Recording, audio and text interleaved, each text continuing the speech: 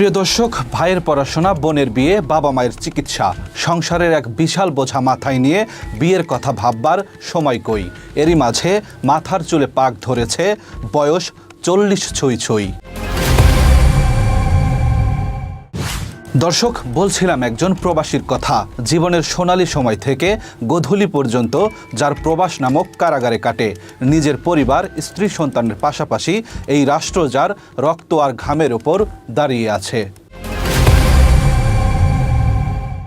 প্রতিদিন সকালে ঘুম থেকে উঠে ওপরতলার মানুষের দুর্নীতি, লুটপাট আর টাকা পাচারের খবরে ভরা পত্রিকার পরের পাতার স্বস্তির খবরটাও সেই প্রবাসীদের অর্জন। রেমিট্যান্স থেকে রিজার্ভ পুরোটাই প্রবাসীদের। তারপরও তাদের গলা কাটার মহাযজ্ঞ চলছে। ক্রাইম এডিশনের এই পর্বে মালয়েশিয়া প্রবাসীদেরকে কিভাবে নিঃশেষ করার বন্দোবস্ত চলছে তার ভয়াবহ চিত্র তুলে ধরা হবে। সাথে আছি আমি, আব্দুল্লাহ শেখ। আমি সশ্রদ্ধ চিত্তে শপথ গ্রহণ করিতেছি যে উপদেষ্টা পদের কর্তব্য বিশ্বস্ততার সহিত পালন করিব। অনেক উপদেষ্টার তাদের নিজেদের আখের গুছিয়েছে অথবা গণ অভ্যুত্থানের সাথে বিট্রে করেছে। যে গাদ্দার উপদেষ্টাদের কথা আপনি বলছেন, অনতিবিলম্বে তাদের নাম জাতির সামনে আপনাকে প্রকাশ করতে হবে। কোথায় সেফ এক্সিট নিবে? পৃথিবীতে সেফ এক্সিট নেওয়ার একটাই জায়গা, সেটা হচ্ছে মৃত্যু। সেফ এক্সিট নিয়ে নানান কথাবার্তা হচ্ছে, তো আমরা উপদেষ্টারা খুব নিশ্চিতভাবে জানি আমাদের কারো কোনো সেফ এক্সিটের প্রয়োজন নাই। আমরা তো নিজেরা সেফ এক্সিট চাচ্ছি না, অর্থাৎ আমি এই দেশেই থাকবো। আমার ছেলে মেয়ে সবই দেশে, উনি যেহেতু নাম বলেননি, এটা আমার মানে শোভন হবে না এটা নিয়ে। উপদেষ্টাদের অনেকের বিরুদ্ধে যখন দুর্নীতি, সেফ এক্সিট আর টাকা পাচারের অভিযোগ উঠছে, তখন প্রবাসীরা প্রতিদিনই নিজেদের রেকর্ড নিজেরাই ভেঙে যাচ্ছেন। চলতি অর্থ বছরের মাত্র 4 মাসে প্রবাসীরা দেশে পাঠিয়েছেন 1,24,322 কোটি টাকা, যা অতীতের সব রেকর্ড ভেঙে দিয়েছে। স্বৈরাচার হাসিনা সরকারের রেখে যাওয়া $16 বিলিয়ন তলানিতে থাকা রিজার্ভ 1 বছরে এসে দাঁড়িয়েছে 32 বিলিয়নে। বলা চলে একমাত্র প্রবাসীদের কারণেই টিকে আছে এদেশের অর্থনীতি। তারপরেও এই প্রবাসীরাই যেন সবচেয়ে অপ্রয়োজনীয় বস্তু। আজকে বলতেছে যে প্রবাসীর জন্য আমরা এটা করতেছি, ওইটা করতেছি, কিন্তু আসলে কি ওইটা হইতেছে না, কোনোটাই হইতেছে না। আমরা একটু ফ্যাসিলিটি পাই নাই। প্রবাসী মন্ত্রণালয় বলেন আর যাই বলেন, এখন পর্যন্ত আমি কোনো হয়নি। যেখানে যাই ভোগান্তি, চেকিং ফেকিং এর নামে মানে অনেক হয়রানি করা হয়। তাদেরকে সরাসরি সহযোগিতা তো দূরের কথা, প্রতিটি পদে পদে তৈরি করা হয় প্রতিবন্ধকতা। পাসপোর্ট থেকে শুরু করে সবখানে গলা কাটা হয় প্রবাসীদেরকে। এমনকি বিদেশ থেকে দেশে ফেরার পরেও বিমানবন্দর থেকে তাদের সর্বস্ব চুরি করার দৃশ্য মাঝে মধ্যেই দেখা যায়।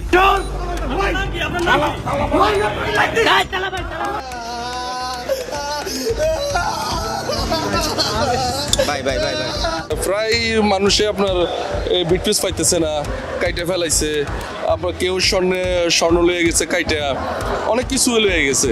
দেশের বাইরে থাকলে একটা কষ্ট কি, আত্মীয় স্বজন, প্রিয়জন কেউ মারা গেলে এটা দেখতে পারে না। এখন আমরা মালয়েশিয়া যাইতেছি, মালয়েশিয়া গেলে আমরা যখন বাড়িয়ে যাবার পরে বিমানতে নামার পরে ইমিগ্রেশন ক্রস করার পরে আমাদের ব্যাগ আমাদের সামনে। বাংলাদেশে আমাকে লং টাইম জার্নি করতে হয়, লং টাইমের পরেই মনে করেন যে ব্যাগ পাওয়া যায় আর কি। পাসপোর্ট করা থেকে শুরু করে দেশে ফিরে আসা পর্যন্ত সবখানেই শুধু বঞ্চনা আর প্রতারণা যেন প্রবাসীদের নিয়তি। এভাবেই কেটেছে গেল 54 বছর। সরকার আসে, সরকার যায়, কিন্তু প্রবাসীদের চিন্তা কেউ করেনি। কষ্ট হইতে আছে অনেক, সফলতা হইতে গেলে কষ্ট করতে হবে সবার সাথে। ফ্যামিলি ছাড়া তো যাচ্ছে, অবশ্যই একটু কষ্ট তো হবেই। যাই হোক, ফ্যামিলির জন্য তো যাইতে তো হবেই, ঠিক আছে আর কি। ফ্যামিলি তো দেখতে হবে, তাই না?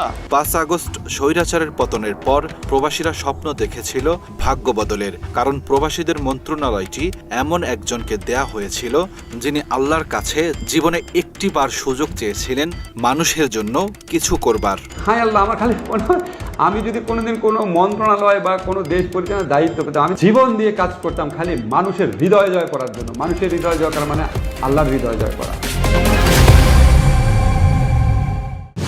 প্রিয় দর্শক, আসিফ নজরুল সেই সুযোগ পেয়েছেন, কিন্তু সুযোগ পাবার পর যা করেছেন চলুন তার কিছুটা দেখে আসা যাক।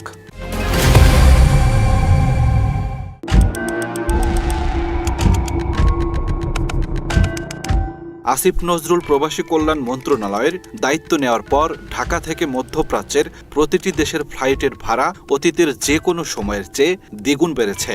নতুন করে খোলেনি কোনো শ্রমবাজার, তার উপর একের পর এক বিভিন্ন দেশে শ্রমিক রপ্তানি কমতে শুরু করেছে। অনেকেই মনে করে থাকেন বাংলাদেশের শ্রমিক রপ্তানি হুমকির মুখে ফেলে পার্শ্ববর্তী দেশ ভারতকে সুযোগ করে দিতেই কৌশলে বাংলাদেশের শ্রমবাজার ধ্বংস করে দেয়া হচ্ছে। সেই ষড়যন্ত্রের প্রথম ধাপ শুরু হয়েছে মালয়েশিয়া থেকে। আমার পাশের নেইবার কান্ট্রিগুলি, আপনি ইন্ডিয়া দেখেন, নেপাল দেখেন। ইন্ডিয়াতে কোনো বহির্গমন ক্লিয়ারেন্সে নেই। আজকে নেপালে সে 7 দিনে লোক পাঠিয়ে দিচ্ছে, আমি 3 মাসেও লোক পাঠাতে পারছি না। সঙ্গত কারণে এমপ্লয়ার কিন্তু আমার বিরুদ্ধে খেপে যাচ্ছে, আমার চুক্তি ক্যান্সেল করতেছে। তো সামগ্রিক প্রেক্ষাপটে আমরা এই মন্ত্রণালয়কে আমরা সন্দেহের চোখে রাখছি। এখন আমাদের দেওয়ালে পিঠ ঠেকা বলতে গেলে, মানে আমাদের চতুর্দিক থেকে আমাদেরকে এক ধরনের প্রতিরোধ করা হয়েছে এই মার্কেটকে। মালয়েশিয়াতে প্রথম শ্রমিক রপ্তানি শুরু হয় 1992 সালে খালেদা জিয়ার সরকার ক্ষমতায় থাকাকালীন। এরপর থেকে জ্যামিতিক হারে শ্রমিক রপ্তানি বেড়েছে দেশটিতে। মালয়েশিয়ায় বর্তমানে বাংলাদেশের প্রায় 15 লাখ শ্রমিক কর্মরত আছেন। বাংলাদেশ সহ 14টি দেশ থেকে অনলাইন পদ্ধতি FWCMS এর মাধ্যমে শ্রমিক নেয় মালয়েশিয়া, যা পরিচালনা করে মালয়েশিয়ান আইটি কোম্পানি বেস্টিনেইট। বেস্টিনেইটের মালিক বাংলাদেশি বংশোদ্ভূত মালয়েশিয়ান নাগরিক নূর আমিন ওরফে দাতশ্রী আমিন। এই অনলাইন পদ্ধতির মাধ্যমেই সিন্ডিকেট গড়ে তোলে দাতশ্রী আমিন। তার সহযোগী হিসেবে কাজ করেছে বাইরের সাবেক মহাসচিব ও ক্যাথারসিস ইন্টারন্যাশনালের মালিক রুহুল আমিন স্বপন। বাকি যে 14টা কান্ট্রি আছে মালয়েশিয়ার শ্রমিক নিয়ে, কোনো কান্ট্রিতে তারা সিন্ডিকেট করতে পারে নাই। শুধুমাত্র বাংলাদেশে যেহেতু দাতু আমিন বাংলাদেশি এবং তার পার্টনার রুহুল আমিন স্বপন বাংলাদেশি, তারা এই বাংলাদেশের সাবেক এই সরকারকে বিভিন্নভাবে ম্যানেজ করে তারা এই সিন্ডিকেটগুলো করেছিল। নূর আমিন আর স্বপনের হাতে গড়ে তোলা ওই সিন্ডিকেট প্রথমে ব্যক্তিগতভাবে অপকর্ম শুরু করলেও পরবর্তীতে রাষ্ট্রীয়ভাবে অনুমোদন দেয় খোদ শেখ হাসিনা সরকার, যার মূল নেতৃত্বে ছিলেন শেখ রেহানা। সেই সিন্ডিকেট অনুযায়ী মোট 10টি এজেন্সিকে দায়িত্ব দেওয়া হয় মালয়েশিয়া যেতে ইচ্ছুক শ্রমিকদের পকেট কাটার। তারপর থেকেই দৃশ্যপটে আসেন ফ্যাসিস্ট শেখ রেহানার ঘনিষ্ঠজন হিসেবে পরিচিত আহমা মুস্তফা কামাল, নিজাম হাজারি, বেনজির আহমেদ এবং ওয়েস্টিনের মালিক নূর আলী। এই সিন্ডিকেটের আওতায় 10টি প্রতিষ্ঠান ছিল: unique eastern private limited, catharsis international, প্রান্তিক ট্রাভেলস এবং ট্যুরিজম লিমিটেড, রাব্বি ইন্টারন্যাশনাল, আল ইসলাম ওভারসিস, আমিন ট্যুরস এবং travels, career Overseas limited, ISFD human resources development limited, passes associates এবং সানজারি ইন্টারন্যাশনাল। এই সিন্ডিকেটের মাধ্যমে আমরা যেটা দেখেছি, সিন্ডিকেট একটা বিশেষ ব্যক্তি এবং গোষ্ঠী তৈরি করেছে। সর্বশেষ যে সিন্ডিকেট তৈরি হয়েছিল সেখানে এই সাবেক ফেসিবাদী সরকারের মন্ত্রী, এমপি, বিভিন্ন পর্যায়ের নেতারা এটাতে সম্পৃক্ত ছিল। বাংলাদেশ মালয়েশিয়ার দ্বিপাক্ষিক চুক্তি অনুযায়ী কোন কোন এজেন্সি দেশটিতে শ্রমিক পাঠাতে পারবে তা নির্ধারণ করে দিবে মালয়েশিয়া সরকার, কিন্তু নামমাত্র চুক্তি থাকলেও এর কোনো কার্যকারিতা নেই। সেই সুযোগে 2016 থেকে 2018 সাল পর্যন্ত 2 বছর এই 10টি প্রতিষ্ঠানের মাধ্যমে মালয়েশিয়াতে শ্রমিক পাঠিয়েছে বাংলাদেশ। লাইসেন্স থাকা সত্ত্বেও এর বাইরে কোনো প্রতিষ্ঠান মালয়েশিয়াতে শ্রমিক পাঠাতে পারেনি। এরপর মালয়েশিয়া সরকারের আপত্তির মুখে প্রথমে 25টি, এরপর 101টি এজেন্সিকে অনুমতি দেওয়া হয়। নামে 101টি এজেন্সিকে কাজ দেওয়া হলেও মূলত ওই 10 জনের সিন্ডিকেট নিয়ন্ত্রণ করত পুরো মালয়েশিয়ান শ্রমবাজার। সাবেক প্রধানমন্ত্রীর স্বাক্ষরে এই 10 জনের এই সিন্ডিকেটটা হয়েছিল। এরপরে আপনার এটা নিয়ে অনেক আন্দোলন সংগ্রাম হয়েছিল, কিন্তু আনফর্চুনেটলি একই গভর্নমেন্টের আমলেই আবার 20-22-এ আবার প্রথমে 25 জনের মাধ্যমে সিন্ডিকেট তৈরি হয়েছিল। পরে এটা আবার 50 জন এবং একটা পর্যায়ে 101 জনে রূপান্তরিত হয়। 2021 সালে মালয়েশিয়ার সাথে বাংলাদেশ সরকারের সমঝোতা স্মারক সম্পন্ন হবার পর নিয়ম অনুযায়ী দেশটিতে শ্রমিক পাঠাতে এক একজনের খরচ হবার কথা 79,000 টাকা, কিন্তু প্রতিজন শ্রমিক বাবদ রিক্রুটিং এজেন্সিকে দিতে হতো 1,52,000 টাকা। শেয়ালের মুরগি ভাগাভাগির এই নিয়মেই বাংলাদেশ থেকে মোট 4,76,000 শ্রমিক মালয়েশিয়াতে গিয়েছেন, যাদের কাছ থেকে ওই সিন্ডিকেট 24,000 কোটি টাকা হাতিয়ে নিয়েছেন, যে কারণে মালয়েশিয়া যেতে এক একজন শ্রমিককে গুনতে হয়েছে 5 থেকে 6 লাখ টাকা। এই প্রত্যেক কর্মী থেকে তারা কিন্তু 1,52,000 টাকা করে অতিরিক্ত চাঁদা নিয়েছে।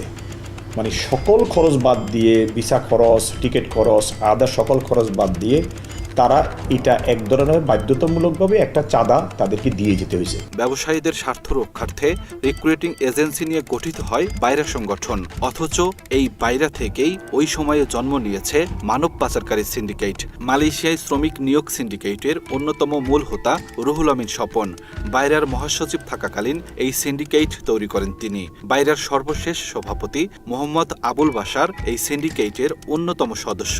এছাড়া পতিত আওয়ামী লীগের প্রেসিডিয়াম কমিটির সদস্য ছিলেন তিনি। কার্যত বাইরার এসব অসাধু নেতাদের হাত ধরেই শুরু হয়েছে মানুষ ঠকানোর সিন্ডিকেট। সিন্ডিকেট অনিয়ম আর দুর্নীতির খেসারত দিতে হয়েছে প্রবাসী শ্রমিকদের।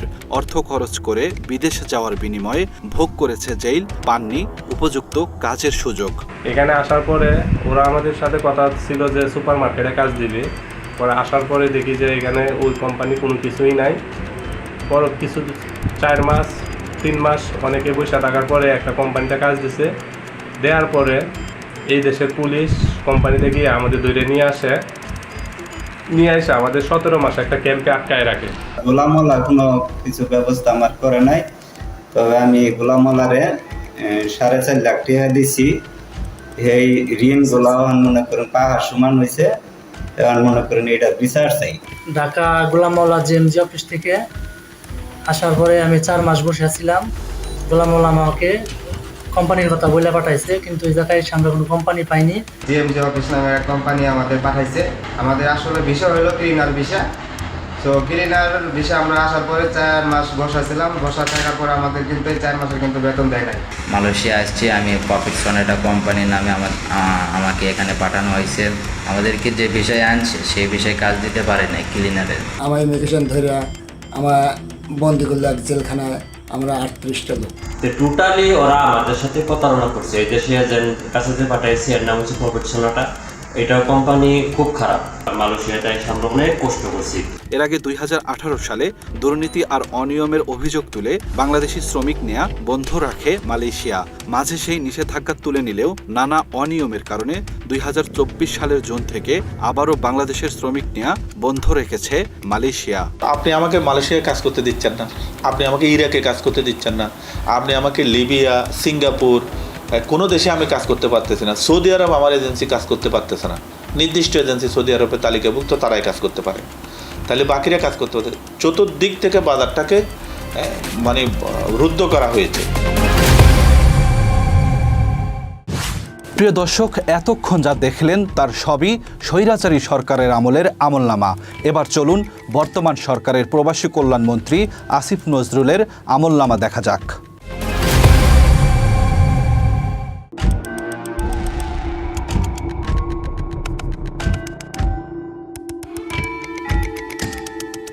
মালয়েশিয়ায় যে 14টি দেশ শ্রমিক পাঠায় তাদের মাঝে সবচেয়ে বেশি টাকা গুনতে হয় বাংলাদেশি শ্রমিকদেরকে।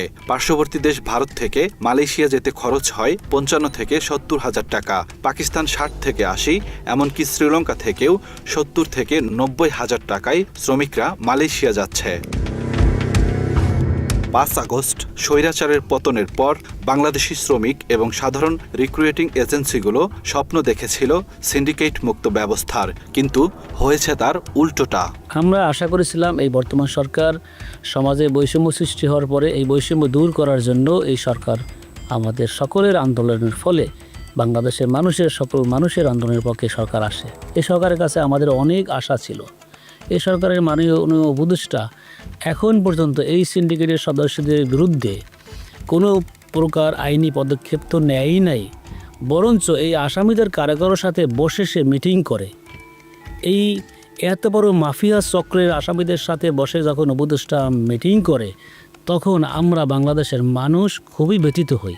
ফ্যাসিস্ট আমল থেকে যে কজন রিক্রুটিং এজেন্সির মালিক সিন্ডিকেটের বিরুদ্ধে লড়াই করছেন তাদের মধ্যে একজন আফিয়া ওভারসিজের মালিক আলতাফ খান, যিনি সিন্ডিকেটের বিরুদ্ধে প্রতিবাদ করায় আটক ছিলেন অনেক দিন। আমাকে বিভিন্ন হুমকি ধমকি দিতেছে। আমি টেলিফোনে মিথ্যা মামলা আমার নামে করবে, অনেক বিদেশে। আমি এই প্রসঙ্গে থানায়, পল্টন থানায় এবং উত্তরা থানায় আমি জিডি করেছি এবং এই আসামিরা ষড়যন্ত্র করে, কনস্পিরেসি করে মালয়েশিয়াতে আমাকে অবৈধভাবে আটক করে আমি 10 মাসের মধ্যে দেশে আসতে পারি নাই। হাসিনা পালানোর পর আসিফ নজরুল প্রবাসী কল্যাণ মন্ত্রণালয়ের দায়িত্ব নিলে আশার আলো দেখেছিলেন আলতাফ খান, কিন্তু বিচারের আশায় সিন্ডিকেটের বিরুদ্ধে মামলা করে নিজেই এখন বিপদে আছেন। জনাব আসিফ নজরুল সাহেব, লুৎফি সিদ্দিকী সাহেব এবং সহকারী উপদেষ্টা খোদাবাগ চৌধুরীর নামও ওখানে এসেছে। তারা এই সিন্ডিকেটকে আবার প্যাট্রোনাইজ করতেছেন বলে আমরা শুনতেছি। বাধ্য করেছে এই মামলায় পার্টি ফাইনাল রিপোর্ট দেওয়ার জন্য। মামলার তদন্তকারী কর্মকর্তা নিজে আমার কাছে বলেছেন যে যদি সে মামলা ফাইনাল রিপোর্ট না দেওয়া হতো তাহলে তাকে গুম করা হতো, তাকে তার লাশ খুঁজে পাওয়া যেত না। সে বাধ্য হয়েছে এটা করার জন্য। মালয়েশিয়ায় শ্রমিক পাঠানোর তালিকাভুক্ত এজেন্সি ইউনাইটেড এক্সপোর্টের মালিক SM রফিক। তবে শুরুতে তালিকা থেকে বাদ পড়ায় মালয়েশিয়া সরকারের সাথে যোগাযোগ করেন তিনি। পরে মালয়েশিয়া সরকার তাকে ব্যবসা করার সুযোগ দেন, অথচ তার থেকেও চাপ প্রয়োগ করে 3.5 কোটি টাকা বাগিয়ে নেয় সিন্ডিকেট মাফিয়া রুহুল আমিন স্বপন। তখন আমাকে প্রেশার করে আমার থেকে 3.5 কোটি টাকা এই স্বপন এই পারপাসে আমার থেকে নেয়। আমি যেহেতু ওখান থেকে করে আনছি, ওই কারণে আমি এতটুকু রেয়াত পাইছি আর কি। তো ওই 3.5 কোটি টাকা আমার থেকে সে নগদ নিয়ে নেয় আর কি। SM রফিক সিন্ডিকেটের বিরুদ্ধে লড়াই করছেন 2016 সাল থেকে। তাদের বিরুদ্ধে মামলা করায় গোয়েন্দা বাহিনীর তৎকালীন সদস্যদের দিয়ে তাকে তুলে নিয়ে যায় আওয়ামী লীগ মনোনীত সাবেক সংসদ সদস্য বেনজির আহমেদ। তুলে নেওয়ার পর রফিককে ভয় দেখানো হয় রাঘব বোয়ালের। বলা হয় সিন্ডিকেটের সাথে সরাসরি জড়িত শেখ রেহানা বেশি বাড়াবাড়ি করলে রফিককে দুনিয়া থেকে সরিয়ে দেওয়ার হুমকি দেয় বেনজির আহমেদ। বেনজির আমাকে বলে যে আমাকে ওই যে কি ইলিয়াস আলীর বরণ করতে হবে, কারণ তুমি পুলিশের সন্তান। এই কারণে শুধু আমি শোনার পরে সে আমাকে কেমন করতেছে, শুধু এইটা শোনার কারণে তোমাকে আমি নিয়ে আসছি যে তোমাকে কিভাবে জীবন দান করা যায়, এরকম। এসব নির্যাতনের বিচারের আশায় তিনিও আসিফ নজরুলের দ্বারস্থ হয়েছিলেন, কিন্তু লাভের লাভ কিছুই হয়নি। এই মন্ত্রণালয় আমরা তো আইনের আইনের বুকের ভিতরে, পেটের মধ্যে আমরা বাস করি। এটাই বুঝাইতে চাইছে যে এই আসিফ নজরুল সাহেব আইন মন্ত্রণালয় তার অধীনে। দ্যাট মিনস এরা যা করে তারা পার পেয়ে যাবে, আর এগুলা কোনো ব্যাপারই না। আসিফ নজরুল সাহেব খোঁচা দেবে, এইসব সব আদেশ বাতিল হয়ে যাবে, এরকম একটা আমাকে এই ধরনের আচরণ তারা করছে। সিন্ডিকেটের বিরুদ্ধে মামলা করার অপরাধে ইউনাইটেড এক্সপোর্টের লাইসেন্স স্থগিত করেছে আসিফ নজরুলের প্রবাসী কল্যাণ ও বৈদেশিক কর্মসংস্থান মন্ত্রণালয়। লাইসেন্স সচল করতে আদালতের দ্বারস্থ হন এজেন্সির মালিক রফিক। 3 দিনের মধ্যে তার লাইসেন্স সচল করতে প্রবাসী কল্যাণ মন্ত্রণালয়কে আদেশ দেন আদালত। তবে আদালতের আদেশের কপি ছুঁড়ে ফেলে দেওয়ার অভিযোগ করেছেন রফিক। অনেকে আদেশ নিয়ে আসি, তো মন্ত্রণালয়ের সংশ্লিষ্ট কর্তৃপক্ষের যাদের সাথে আমি যোগাযোগ করি, তারা আমাকে এই কাগজটাকে ঠিক এইভাবে ধরে, এই আদেশ আমাদের কোনো কার্যকর করার কোনো এখতিয়ার নাই, তারা কি বলে বাউন না। এটা আদেশ আনছেন, আপনি আদেশ নিয়ে ঠান্ডা মাথায় এটা মাথার তলে দিয়ে শুয়ে থাকেন। আদালতের আদেশকে শুধু তুচ্ছ তাচ্ছিল্য করাই না, ইউনাইটেড এক্সপোর্টের মালিককে গুম করারও হুমকি দেওয়া হয় আসিফ নজরুলের প্রবাসী কল্যাণ মন্ত্রণালয় থেকে। আমি জলে বাস করে কুমিরের সাথে ঝগড়া করতেছি, একবার গুম হয়েছি, আরো বা আপনি এবার ফাইনালি গুম হবেন। এটা কিন্তু এই আমলে বলতেছে এই অফিসাররা। আপনারা চিন্তাছেন না যে কাদের বিরুদ্ধে লাগছেন। উপায় না পেয়ে পল্টন থানায় জিডি করতে যান SM রফিক। তার থেকে বিবরণী শুনে ভয়ে মামলা নেয়নি পল্টন থানা। ভারপ্রাপ্ত কর্মকর্তা রফিককে জানান সচিবদের বিরুদ্ধে মামলা নিলে তাকে বদলি করে দেয়া হবে।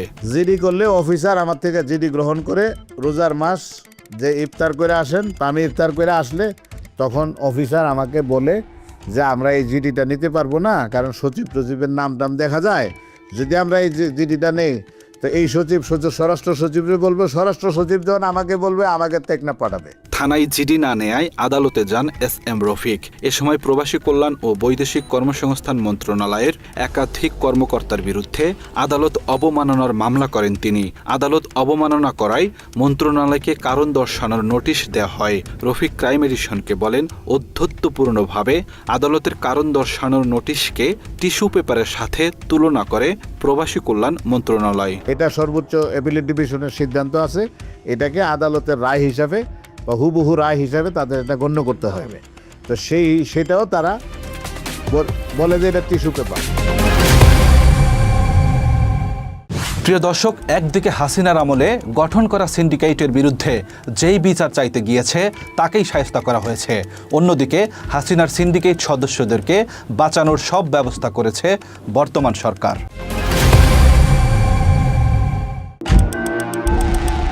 পায়রার নির্বাচিত পুরনো কমিটির মেয়াদ শেষ হয়ে গেলেও অভিযোগ আছে এখনও অদৃশ্যভাবে কার্যক্রম পরিচালনা করছে আগের কমিটি।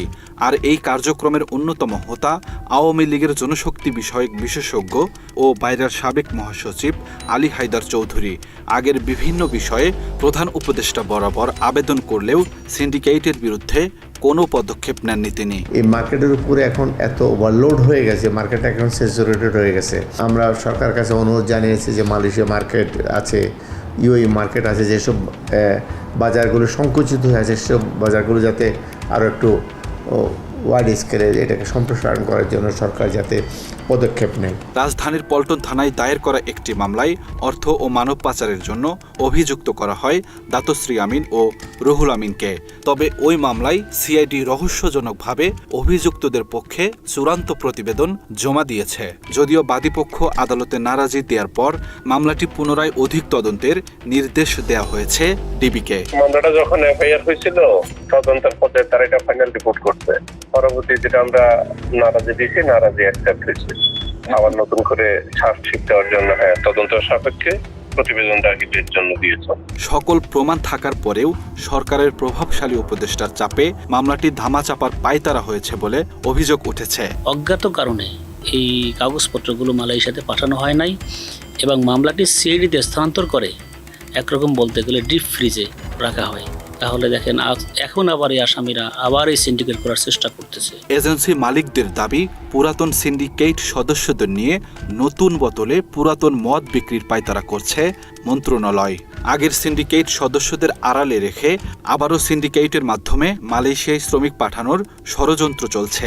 পুরাতন সিন্ডিকেটের সাথে সরকারের অনেকেই জড়িত বলে মনে করেন সাধারণ এজেন্সি মালিকরা। কিন্তু এই 14 মাসে আসিফ নজরুল স্যারের এই নেতৃত্বে মন্ত্রণালয় যেগুলো লিগেল অভিবাসী মানে পরিপন্থী যেগুলো বিধি দফা প্রজ্ঞাপনে আকারে এগুলো মানে যেটা আপনি করছেন পাশ করেছেন, এগুলো আমাদের টোটাল লিগেল মাইগ্রেশনকে একদম মানে প্রতিবন্ধকতা তৈরি করছে এখন।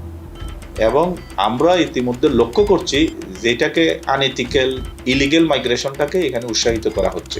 একবার গুম হয়েছে, আরো বা আপনি এবার ফাইনালি গুম হবেন, এটা কিন্তু এই আমলে বলতেছে এই অফিসাররা। আপনারা চিন্তাছেন না যে কাদের বিরুদ্ধে লাগছেন। গেল 15 মে মালয়েশিয়া সফরে গিয়ে সে দেশের সরকারের সাথে বৈঠক করেছিলেন আসিফ নজরুল। মালয়েশিয়াতে এসেছি 2 দিন আগে। এর মধ্যে মালয়েশিয়ার 3 জন মন্ত্রীর সাথে বৈঠক হয়েছে। এখানে কিছু অগ্রগতি সাধিত হয়েছে, সেটা আপনাদের সাথে শেয়ার করতে চাচ্ছি। আমরা অনুরোধ করেছিলাম বাংলাদেশে যারা রিক্রুটিং এজেন্ট আছে তাদের সবার জন্য যেন উন্মুক্ত করে দেওয়া হয়, যাতে সবাই লোক পাঠানোর সুযোগ নিতে পারে। সেই ধারাবাহিকতায় আগামী 7 নভেম্বরের মধ্যে রিক্রুটিং এজেন্সিগুলোকে আবেদন করতে বলা হয়েছে। মালয়েশিয়া সরকারের বেঁধে দেওয়া 10টি মানদণ্ডে বেসরকারি রিক্রুটিং এজেন্সি বাছাই করার কথা, কিন্তু অভিযোগ উঠেছে ভেতরে ভেতরে সরকারের বেশ কয়েকজন প্রভাবশালী ব্যক্তি সহ আগের সিন্ডিকেট সদস্যদেরকে নিয়েই করা হচ্ছে গরিব ঠকানোর সিন্ডিকেট। এই মানে 10টা ক্রাইটেরিয়া আসলে বর্তমানে অ্যাক্টিভ এজেন্সি প্রায় 2500-র কাছাকাছি। সমস্ত এজেন্সি, মেজরিটি এজেন্সির পক্ষে এটা পূরণ করা সম্ভব না, এটা পূরণ করতে পারবে না যে ধরনের ক্রাইটেরিয়াগুলো। বিশেষ করে 10,000 স্কোয়ার ফিটের অফিস, নিজস্ব ট্রেনিং সেন্টার, 10,000 স্কোয়ার ফিটের অফিস, তাও আবার 3 বছর যাবত আমি করে আসতেছি, ইউজ করে আসতেছি এরকম। তো এটা আসলে সবার পক্ষে পসিবল না। দেখেন নেপালের প্রধানমন্ত্রী সে সকল স্টেক হোল্ডারের সাথে বসে তারা নেপাল সিদ্ধান্ত নিয়েছে যে তারা এই মালয়েশিয়ার এই 10 ক্রাইটেরিয়া সিদ্ধান্তের সাথে তারা একমত নয়। পাকিস্তান দেখেন তারা জানিয়ে দিয়েছেন তারা একমত নয়। বাংলাদেশ কিভাবে এখানে আমাদেরকে এই ক্রাইটেরিয়া মেনে বিজ্ঞপ্তি দেওয়ার সাথে সাথে কোনো প্রকার আলোচনা না করেই এই ধরনের একটা বিজ্ঞপ্তি রাতারাতি দিয়ে আমাদেরকে প্রোফাইল জমা দেওয়ার জন্য বলছে। আমরা মনে করি সরকারের, এবং জানতে পেরেছি সরকারের অনেক কর্মকর্তা এর সাথে জড়িত। এসব অভিযোগের ভিত্তিতে মন্ত্রণালয়ের বক্তব্য চাইতে গেলে শুরু হয় চোর পুলিশ খেলা। এখান থেকে ওখানে, ওখান থেকে সেখানে, এভাবে কালক্ষেপণ করা হলেও শেষ পর্যন্ত ক্রাইম এডিশনের মুখোমুখি হয়নি কেউ। মন্ত্রণালয়ের সিনিয়র সচিব নিয়ামত উল্লাহ ভূঁইয়ার সাথে আমরা কথা বলতে যেয়ে তাকে পাইনি। তার অবর্তমানে আমাদের সাথে কথা হয় সিনিয়র সহকারী সচিব শিবলি সাদিকের। আদালতের আদেশ সরে ফেলে দেওয়ার অভিযোগ রয়েছে তার বিরুদ্ধে। তবে এসব বিষয় নিয়ে আমাদের সাথে আনুষ্ঠানিকভাবে কোনো কথা বলতে রাজি হননি তিনি। এমনকি অ্যাপয়েন্টমেন্ট দিয়েও আমাদের সাথে কথা বলেননি সিনিয়র সচিব নিয়ামতুল্লাহ। একটু কথা বলতে চাচ্ছিলাম আপনার সঙ্গে মালয়েশিয়ার যে কর্মী পাঠানোর যে বিষয়গুলো নিয়ে, এই ইস্যুসটা নিয়ে কথা বলতে চাচ্ছিলাম। আমার তো মানে এই পার্সেন্ট ফোকাল পয়েন্ট না, কথা বলতে শুধু যে ইস্যুসগুলো ছিল সেটা হচ্ছে আপনার সাইন করা ছিল ওই বিষয়ে। সবই ঠিক আছে, কিন্তু সবই তো ছাত্রের সিদ্ধান্ত, তো এই বিষয়টা কথা বলবেন। বেশ কিছুক্ষণ চেষ্টা করার পর সহকারী সচিব জানান গণমাধ্যমে মন্ত্রণালয়ের পক্ষে কথা বলার অনুমতি আছে নিয়ামতুল্লাহর। নিয়ামতুল্লাহ স্যার আসছেন? না স্যার জানেন, অলরেডি যে মাস পার হয়ে গেছে স্যার, মানুষের তো আসার পর থেকেই কাজ করতেছে। ছাত্র সাক্ষাৎকার দেয় না, সাক্ষাৎকার দেবে সবসময় জনপ্রতিনিধি, উপদেষ্টা, সরকারি কর্মচারী উপদেষ্টা তো খুব ভাইব্রেট। অভিযোগের আঙ্গুল যার দিকে সবচেয়ে বেশি উঠেছে তিনি মন্ত্রণালয়ের উপদেষ্টা আসিফ নজরুল, কিন্তু তার সাক্ষাৎ পাওয়া হয়নি। উপদেষ্টার একান্ত সচিবের কাছে সময় চেয়েও সাক্ষাৎ মেলেনি।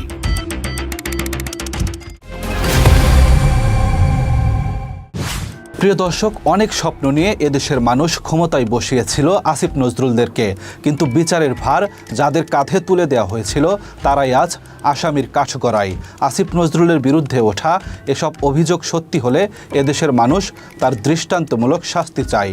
সেই সাথে 2016 সাল থেকে যেসব বাংলাদেশি শ্রমিক মালয়েশিয়া গিয়েছে তাদের পকেট কেটে নেওয়া বাড়তি অর্থ ফেরত চায় তারা। এবার যাবার পালা, দেখা হবে আবার। যেখানেই অন্যায় অনিয়ম সেখানেই ঢাল হয়ে দাঁড়াবে টিম ক্রাইম এডিশন। বিচারের সব দরজা বন্ধ হয়ে গেলেও খোলা থাকবে আমাদের দুয়ার। আমাদেরকে জানান, আমরা বলবো আপনার কথা ঠিক আপনার মতো করে। আল্লাহ হাফেজ।